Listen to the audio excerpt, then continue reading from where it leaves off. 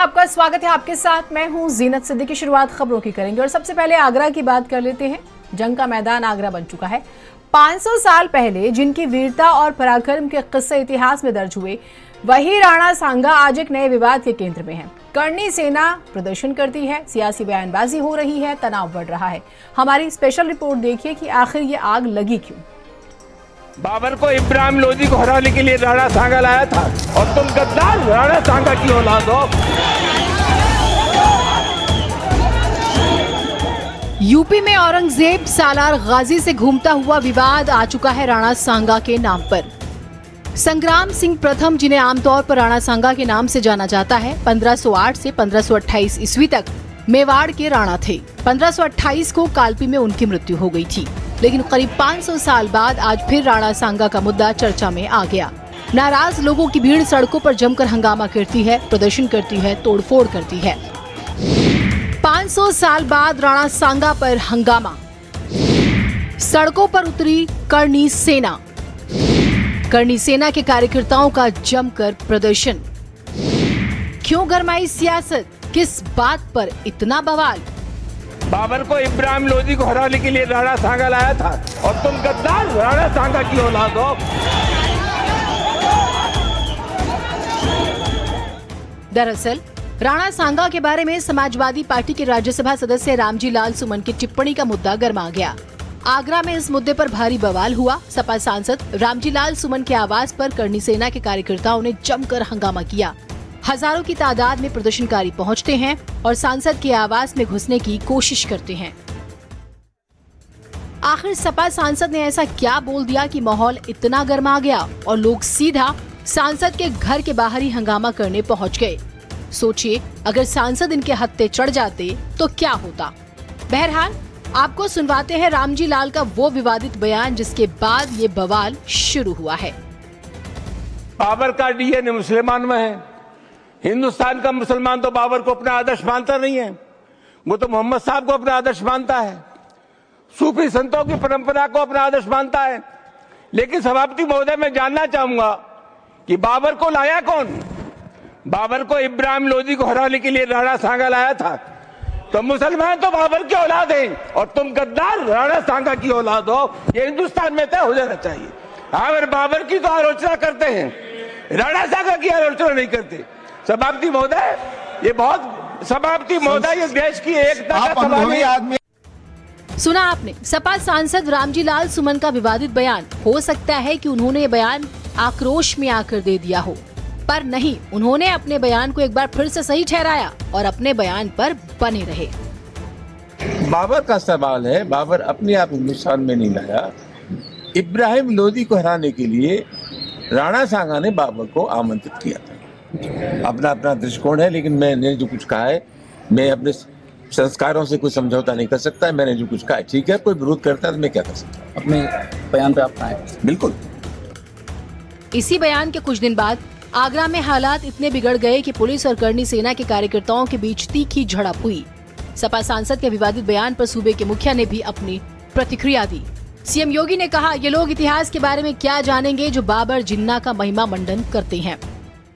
राणा सांगा के इतिहास को अगर इन्होंने पढ़ा होता, वो महान योद्धा जिसके शरीर के घाव इस बात को बताते थे कि इन्होंने भारत की धर्म और संस्कृति को बचाने के लिए उस समय किस प्रकार के पराक्रम का परिचय दिया था। ये महाराणा प्रताप, महाराणा सांगा, छत्रपति शिवाजी महाराज और गुरु गोविंद सिंह के बारे में ये लोग बताएंगे। इतिहास के बारे में लोग क्या जानते हैं? जो औरंगजेब और बाबर की पूजा करते हो, जो जिन्ना को अपना आदर्श मानते हो, इन लोगों से इसकी उम्मीद नहीं की जा सकती। औरंगजेब से होता हुआ विवाद अब राणा सांगा तक पहुंच चुका है और न जाने आगे कहां तक जाएगा, ये वक्त बताएगा। पर इन दिनों इन विवादों से राजनीतिक गलियारों में लगातार हलचल मची हुई है। राजनीतिक पार्टियां इसी गर्मी पर सियासी रोटी सेक रही हैं। देखने वाली बात होगी कि मुद्दा आखिर अब किस मोड़ पर जाएगा। स्पेशल डेस्क, भारत समाचार। वैसे मानकर चलिए शुरुआत हुई है, विवाद लंबा जाएगा। सूबे के मुखिया योगी आदित्यनाथ ने इंटरव्यू दिया जिसमें उन्होंने जमकर सरकार की तारीफ की, उपलब्धियों का बखान किया। साथ ही साथ योगी ने राहुल गांधी और अखिलेश यादव पर तीखा हमला बोला। हाल के दिनों में उपजे सालार गाजी औरंगजेब विवाद पर भी खुलकर चेतावनी दे डाली। रिपोर्ट। लेकिन जिनके आदर्श औरंगजेब हों तो उनका आचरण भी उसी प्रकार का जरूर हो। आप क्यों कहते हैं कि उनका औरंगजेब उनके लिए आदर्श है? कि वो औरंगजेब को महिमा मंडित कर रहे हैं। जो जिसकी पूजा करेगा उस जैसा ही बनता है। सीएम योगी ने एक इंटरव्यू दिया जिसमें वो काफी आक्रामक नजर आए। सीएम ने देश में इस समय तैर रहे हर मुद्दे पर अपनी बात रखी।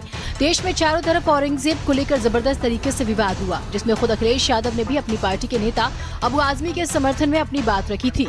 योगी ने आज कह दिया औरंगजेब का महिमा मंडन करने वाले उसी की विचारधारा के हैं।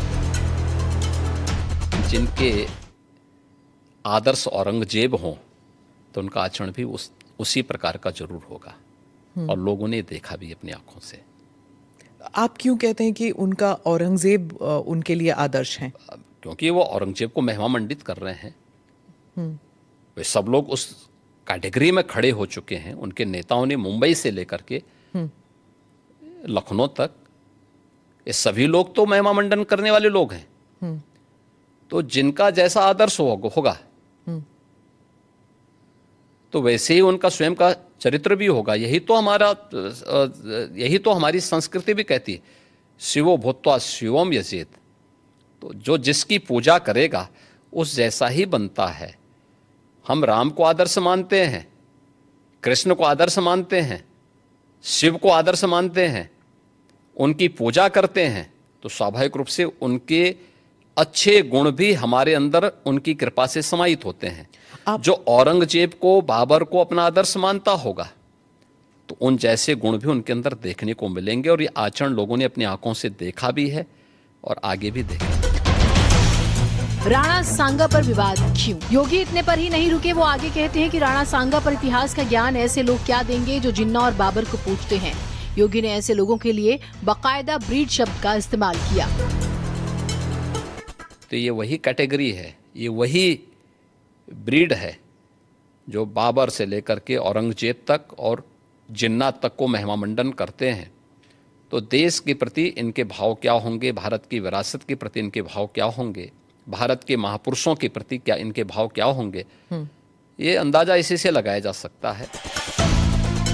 क्या यूपी में मुस्लिम सुरक्षित हैं? सीएम योगी से सवाल हुआ कि क्या यूपी में मुस्लिम सुरक्षित हैं? जवाब में योगी कहते हैं कि यूपी में सबसे ज्यादा मुस्लिम सुरक्षित हैं। उन्हें अपने तीज त्योहार मनाने की पूरी आजादी है। योगी तो आगे कहते हैं कि मुस्लिम परिवार हिंदू परिवारों में महफूज हैं, लेकिन हिंदू परिवार मुस्लिम परिवारों के बीच सुरक्षित नहीं है। 100 हिंदू परिवारों के बीच में एक मुस्लिम परिवार सबसे सुरक्षित रहता है। उसको इसके पर्व और त्योहारों को, उसको अपने सभी मजहबी कर्मों को करने के लिए, या जिस मत और मजहब या संप्रदाय या सेक्ट का अनुयायी होगा उसको उस परंपरा के अनुसार अपने सारे धार्मिक मान्यताओं या उपासना विधि को पूरी स्वतंत्रता होती है। लेकिन मैं कहता हूं 100 परिवारों के बीच में, एक हिंदू की बात तो दूर करिए, 100 मुस्लिम परिवारों के बीच में 50 हिंदू सुरक्षित रह सकता है क्या? नहीं रह सकता। राहुल अखिलेश पर जमकर बरसे योगी। योगी आदित्यनाथ ने पहली बार राहुल गांधी के लिए तीखे शब्दों का इस्तेमाल करते हुए कहा, राहुल जैसे कुछ नमूने नेता रहने चाहिए, इससे बीजेपी के लिए रास्ते खुलते हैं। योगी ने राहुल की भारत जोड़ो यात्रा को भारत तोड़ो यात्रा करार दिया। इनका भारत जोड़ो, भारत तोड़ो अभियान का हिस्सा है। ये जहां जाते हैं, दक्षिण में जाएंगे तो उत्तर भारत की निंदा करेंगे, उत्तर में आएंगे तो दक्षिण की निंदा करेंगे, भारत से बाहर जाएंगे तो भारत की निंदा करेंगे। इसलिए इनके आचरण को देश समझ चुका है। लेकिन भारत की राजनीति में भारतीय जनता पार्टी के लिए राहुल जैसे कुछ नमूने जरूर रहने चाहिए, जिससे एक रास्ता हमेशा के लिए साफ होता रहे, अच्छा रहता है, बना रहे। योगी ने संभल विवाद पर कहा कि संभल में 68 जगहों को चिन्हित करके रखा गया है। इसमें किसी तरह के विवाद का कोई प्रश्न नहीं है। सरकार कानून के तहत ही काम कर रही है। 68 सभी तीर्थों को हम निकाल रहे हैं, 54 से अधिक निकल चुके हैं, और बाकी सभी को ढूंढ रहे हैं, शास्त्रीय प्रमाण उसके मौजूद हैं, उनको दिखा रहे हैं कहाँ कहाँ हैं, जिसने भी कब्जे किए होंगे उनको एक एक करके सबको निकालेंगे। कितने मस्जिद फिर निकलेंगे? मस्जिद, देखिए सवाल मस्जिद का नहीं है, जितने अतिक्रमण होंगे वो अतिक्रमण हटेंगे। क्या तीसरी बार सीएम बनेंगे योगी? वैसे सीएम योगी से तीसरी बार सीएम बनने को लेकर भी सवाल हुआ। क्या आप तीसरी बार भी सीएम बनेंगे? ये सवाल ऐसा था जिसका योगी ने बहुत सटीक जवाब दिया और सबको उलझा भी दिया।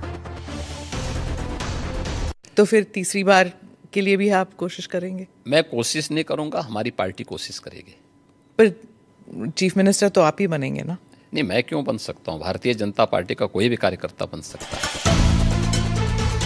बहरहाल अब सीएम के इंटरव्यू के बाद से लगातार प्रतिक्रियाएं आ रही हैं। ब्यूरो रिपोर्ट, भारत समाचार। तो इंटरव्यू के बाद प्रतिक्रियाएं आनी थी, तो प्रतिक्रिया आई और सबसे पहले अखिलेश यादव की आई। कन्नौज में थे आज अखिलेश यादव, जहां पर वो प्रदेश सरकार और सीएम योगी पर तंज कसते हैं। कहते हैं कि मुख्यमंत्री जो मीठी भाषा में बातें कर रहे हैं, हिंदू मुसलमान की बातें कर रहे हैं, लगता है कुर्सी को खतरा है। आजकल वो बहुत भाईचारे की बात कर रहे हैं, लगता है मामला ठीक नहीं है। योगी जी की विदाई का समय आ गया है शायद, इसीलिए योगी जी ऐसी बातें कर रहे हैं। अच्छा, हमारे मुख्यमंत्री जी ये बताएं उनकी कुर्सी सुरक्षित है कि नहीं है? कहीं ऐसा तो नहीं कि हिंदू मुसलमान की जो अब सुरक्षा की भावना जाग रही है, कहीं ऐसा तो नहीं कि उनकी कुर्सी डगमगा रही हो? याद होगा जब उन्होंने एक बार योग किया था, कैसे एक टांग पे डगमगा रहे थे। कहीं ऐसा तो नहीं कि उनकी कुर्सी डगमगा रही हो, इसलिए वो कह रहे हो कि हमारे सब भाईचारा बहुत अच्छा है। ये जो विदाई की भाषा है ना, ये विदाई का समय है। जनता ने मन बना लिया है कि ऐसी सरकार जिसने विकास रोका हो, जिसने तरक्की रोकी हो, जिसने नौकरी रोजगार रोका हो, जिसने महंगाई बढ़ाई हो, जिसने अन्याय किया हो, जिसने किसानों की दुख तकलीफ न समझी हो। सोचिए, आप किसान इस आस में बैठा था कि उसकी आय दोगुनी होगी, किसी की आय दोगुनी नहीं हुई और सरकार कह रही है कि हमने पर व्यक्ति आय बढ़ा दी। उनके जो आसपास रहते हैं, जो कहते हैं ना कि जमीन जब खरीदने जाए कि ब्लैक में कि व्हाइट में, मुझे ये लगता है कि सरकार के आसपास जो लोग हैं उनकी आय तो कई गुना बढ़ गई, लेकिन आम जनता की आय नहीं बढ़ी।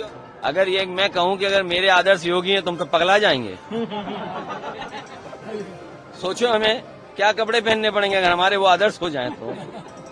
ये बातें ऐसी मत करा करो नौजवान। हमारा आदर्श क्या है? हमारे आदर्श लोहिया जी हैं। हम लोग डॉक्टर भीमराव जी के, अम्बेडकर जी के रास्ते पे चलते हैं। नेताजी ने जो रास्ता दिखाया उस रास्ते पे चल रहे हैं। जनरेशन मिस जी ने हम लोगों को जो सिखा के गए हैं उस रास्ते पे चल रहे हैं हम लोग। तो समाजवादी लोग हैं, विकास खुशहाली चाहते हैं। चलिए आगे बढ़ते हैं।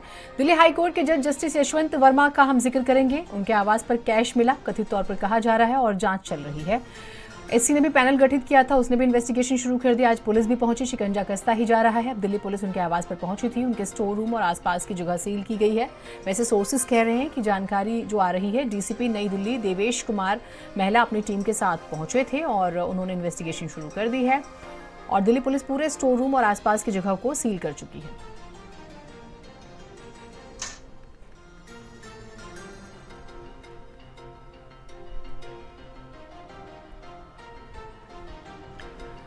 उत्तर प्रदेश में इन दिनों एक अधिकारी लगातार चर्चा में है। सफेद पोश हैं वैसे तो, लेकिन इनके कारनामे जो हैं वो सिस्टम को ठेंगा दिखाते। आईएएस अभिषेक प्रकाश की बात कर रहे हैं। सत्ता की कुर्सी पर बैठकर घूसखोरी का ऐसा जाल बुना कि खुद ही उसमें फंस गए। सरकार की ऐसी मार पड़ी है कि अभिषेक समेत 16 अफसरों पर गाज गिरनी थी सो गिरी है। डिटेल में इन्होंने क्या कारनामे किए हैं, स्पेशल रिपोर्ट।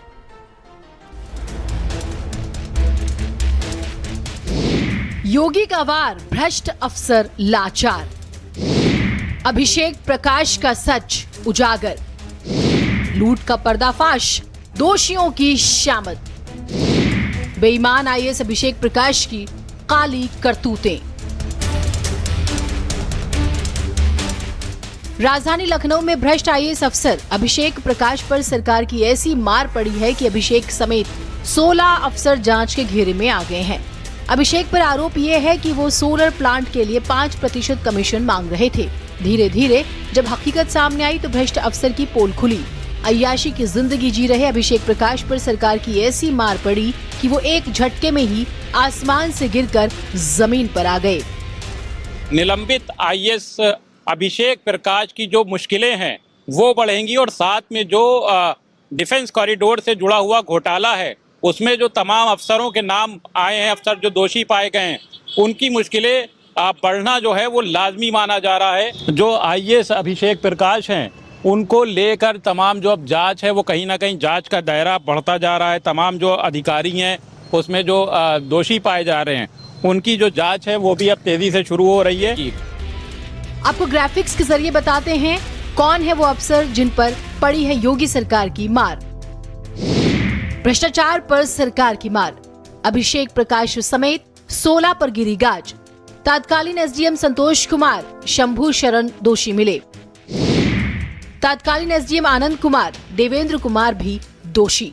तहसीलदार ज्ञानेंद्र सिंह, विजय सिंह, उमेश कुमार पर गिरी गाज। तहसीलदार मनीष त्रिपाठी, नायब तहसीलदार कविता पर गिरी गाज। तत्कालीन लेखपाल हरिश्चंद्र और ज्ञान प्रकाश भी दोषी। तत्कालीन कानूनगो राधेश्याम, जितेंद्र सिंह, नैन्सी दोषी। अभिषेक प्रकाश के भ्रष्टाचार के चर्चे पूरे देश में हो रहे हैं। हम आपको सफेद कपड़े के पीछे काले काम करने वाले अभिषेक की भ्रष्टाचारी कुंडली से रूबरू करवाते हैं। भ्रष्टाचारी अभिषेक प्रकाश की काली कुंडली 31 अक्टूबर 2019 से 7 जून 2022 तक लखनऊ के जिलाधिकारी, 23 अक्टूबर 2020 से 25 जुलाई 2021 तक एसडीए रहे। अलीगढ़, लखीमपुर खीरी और हमीरपुर में डीएम रहे। अलीगढ़ में जमीन खरीद बिक्री में धांधली का आरोप है। लखीमपुर में सरकारी टेंडरों में हेरफेर की बात सामने आई। हमीरपुर में खनन माफियाओं से साठगांठ के आरोप भी लगे हैं। जब कोई भ्रष्टाचारी घूस लेता है तो उसको लोग कहते हैं घूस ना लो बेटा वरना योगी आ जाएगा। योगी सरकार भ्रष्टाचार के मामलों में जीरो टॉलरेंस की नीति अपनाते हुए दोषी अधिकारियों के खिलाफ कठोर कार्रवाई कर रही है। सरकार के 8 साल पूरे हो गए हैं और इस कार्यकाल में सरकार ने भ्रष्टाचारियों, माफियाओं, गुंडों की छुट्टी कर दी है। भ्रष्टाचार जो घुन की तरह व्यवस्था को खोखला कर रहा है, इस पर बड़े प्रहार की तैयारी के साथ सरकार कार्य करने जा रही है। हमने पहले ही कहा है कि अपराध और अपराधियों के प्रति, भ्रष्टाचार और भ्रष्टाचारियों के प्रति सरकार जीरो टॉलरेंस की नीति के तहत काम करेगी। योगी सरकार ने ये साफ कर दिया है कि अब यूपी में विकास उन्हीं के हाथों होगा जो ईमानदारी से उद्योग और कारोबार को आगे बढ़ाना चाहते हैं, न कि उन बिचौलियों के जो सरकारी तंत्र का इस्तेमाल अपने निजी फायदे के लिए करते हैं।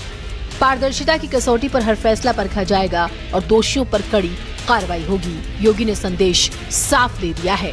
ब्यूरो रिपोर्ट, भारत समाचार।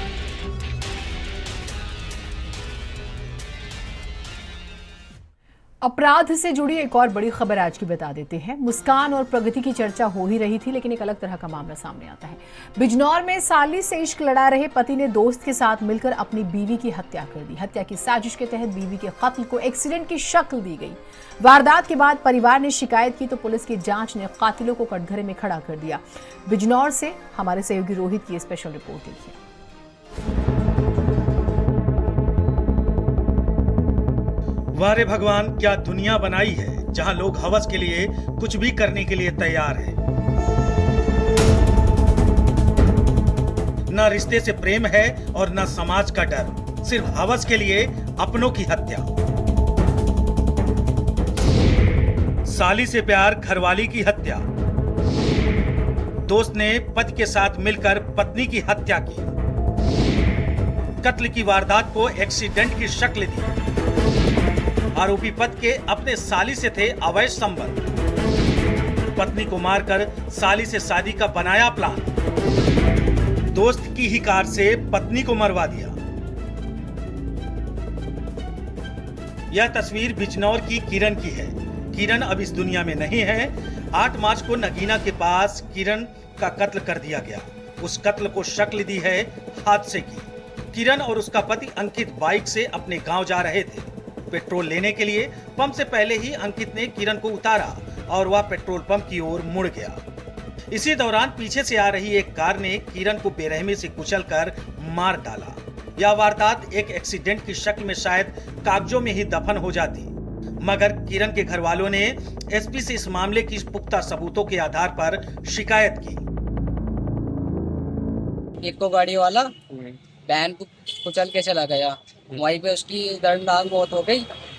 तभी पीछे से उसके हस्बैंड आए, सचिन नाम है उसका, और जो हमारे बहन हुई थे उनके साथ का ये है, वो खुली गाड़ी से आने जाना करते थे, अपना काम पे लेबर लेके जाते थे। कार्रवाई न होने के कारण आज आप जी, कार्रवाई न होने के कारण आज हम एसपी ऑफिस आए हैं। पुलिस की जांच में एक सीसीटीवी फुटेज सामने आया है। किरण को कुचलने वाली कार का जब डिटेल निकलवाया गया तो यह कार अंकित के जिगरी दोस्त सचिन की निकली।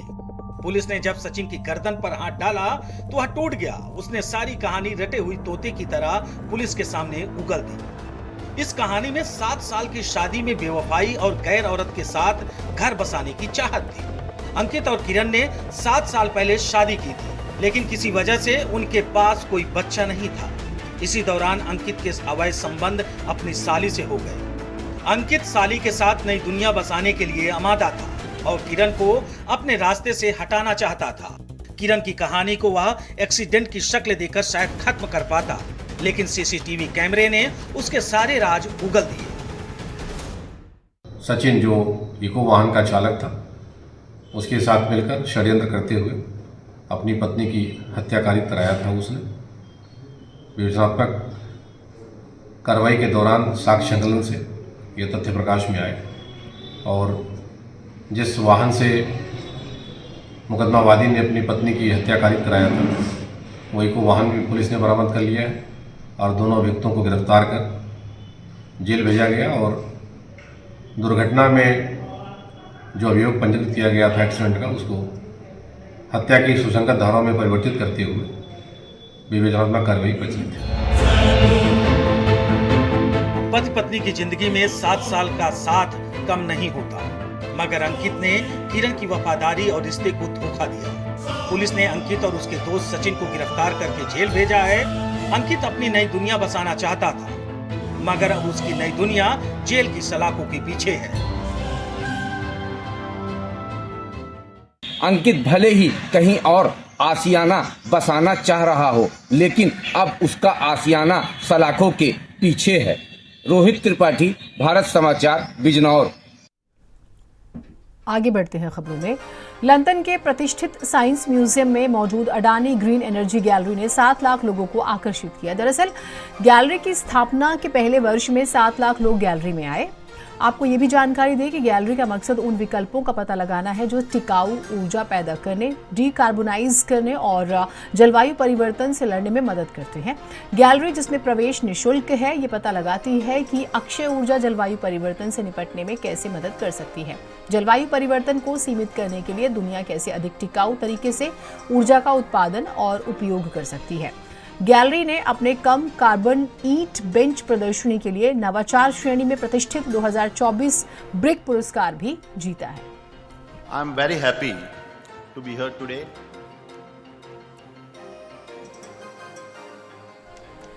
एक छोटा ब्रेक ले रहे हैं, कहीं